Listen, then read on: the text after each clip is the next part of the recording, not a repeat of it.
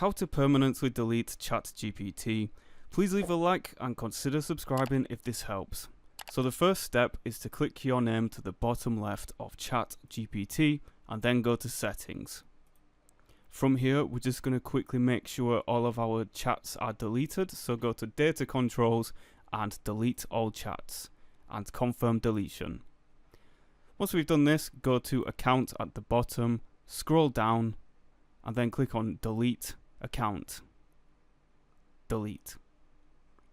We then have to refresh login, so click refresh login. You will then be required to log back in.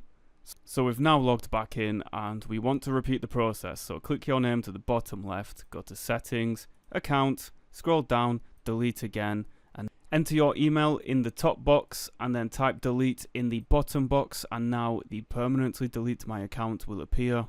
Press that, and after a short delay you will then be logged out and your account is deleted.